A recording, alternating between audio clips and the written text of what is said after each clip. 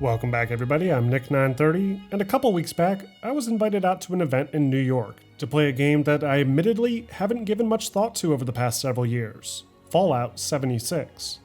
More specifically, I was able to go hands-on with an upcoming expansion called Burning Springs that promises to be the single largest expansion to the online apocalyptic RPG yet. That builds on the game's open world, introduces new gameplay features to the core loop, and even ties it into the narrative elements of the popular new Fallout TV show on Amazon. Now, before we get started, I do want to thank Bethesda for inviting me to the event, and not only arranging for travel and food, but also sending me home with some fun Fallout collectibles, including a working Pip-Boy that fits in nicely with the rest of the Fallout stuff I have on display. So, what exactly is this new expansion all about? And how does it fit in the overarching narrative of both Fallout 76 and the series as a whole? Well, for those of you unfamiliar with Fallout 76 as it stands, it takes place very early on within the Fallout timeline, only 25 years after the Great War that triggered this apocalyptic Fallout in the first place, and sees players working together to resettle the war-torn landscapes of West Virginia amid deadly bands of raiders and irradiated creatures. Like the previous Skyline Valley update, Burning Springs expands the base Fallout 76 playable area, adding in this gigantic new zone to the game alongside the western border of the territory. This area is the post-nuclear state of Ohio that bears a striking resemblance to the classic look and feel that we've come to expect from the Fallout universe, with large barren desert wastelands, occasional scrap metal houses, and plenty of raiders and mutants in between it all. My first thought walking through this location is that it felt a lot like the Capital Wasteland from Fallout 3, much more than Fallout 76's base map. So, what are we actually doing here in Ohio? Well, a lot of the expansion's narrative revolves around an intelligent super mutant known as the Rust King, who the players will need to work with across the region, but not before proving themselves worthy by completing several challenges. Most of my playtime involved completing some of those challenges, which had me traveling up and down the area, exploring raider camps, fighting deathclaws, and exploring opportunities offered by many NPCs in this highway town. Highway Town is also a major aspect of the expansion. Much like the larger settlements offered in the baseline Fallout games like Rivet or Diamond City, Highway Town is this massive community of neutral NPCs, built appropriately along a broken suspended highway in the center of Ohio. According to the developers, this area is intended to be a new main hub area for Fallout 76, as many common vendors and NPCs that players have interacted with in the past will now be more centrally located here. Additionally, in the back of the Last Resort bar, players can now accept new bounty contracts from none other than the Ghoul himself, voiced by the actual television series actor Walton Goggins. This story does, of course, take place well before the main events of the TV series, though the developers assured us that this is all canon, and Walton Goggins' presence here in Ohio does have some purpose that will be expanded upon further with this expansion, and likely in future expansions as well.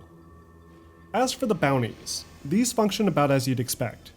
You grab a contract from the pile sitting in front of the Ghoul, and you're given a target to track down in the wasteland.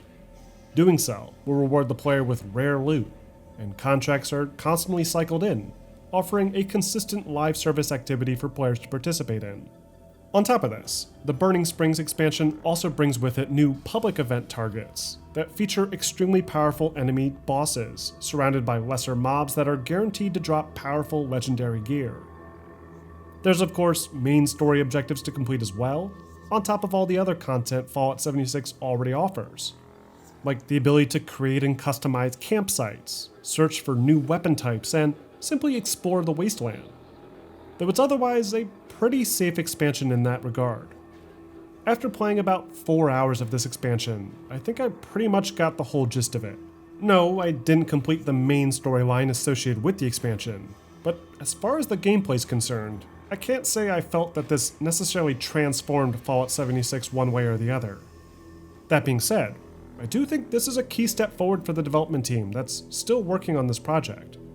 The Fallout TV show has undoubtedly piqued the interest of fans, both new and old, and created a resurgence of interest in the game that many players like myself may have already written off. However, I was surprised by the insane amount of content that's been added to the game over these past 7 years. The developer spent some time going through the brief overview of all the work that's been done to Fallout 76, and I was impressed by just how much effort had gone into transforming it, especially considering how rough that start was.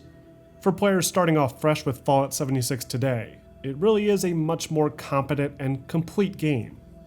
Sure, it's still held back technically from the already technically dated experience offered by Fallout 4, and I think a lot of us are just sitting back waiting for that inevitable Fallout 5 announcement. But I think credit's due here to the team for turning this game around and creating a Fallout experience worthy of carrying the name. Man, if you've been holding off on exploring the world of Fallout 76, the Burning Springs expansion, set to release this December, is going to offer the perfect starting point for you and your friends to explore the wasteland together. Now, I did capture a bit of footage to share of my gameplay experience, including some combat in some of the new areas, and a look at Highway Town. So I'll just let this play out for a bit. But while you're watching, let me know what you guys think. Is this expansion, or rather, this and all the previous expansions together, enough to change your opinion on Fallout 76? Or do you still have reservations? Let me know in the comments section. And of course, don't forget to like and subscribe for more content like this, including my upcoming coverage for Ghost of Yotai coming soon.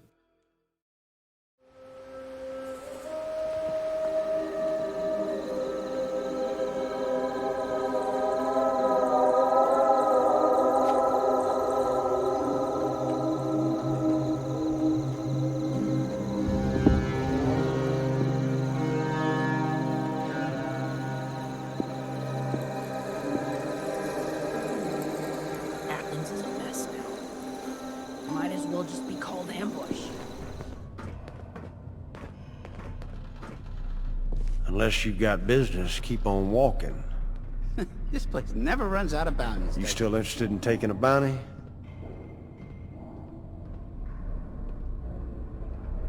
That's a killer instinct I was looking for. Got a big stack of open contracts right there. Help yourself. More there than I could ever bother with. Unless you're looking for something juicy.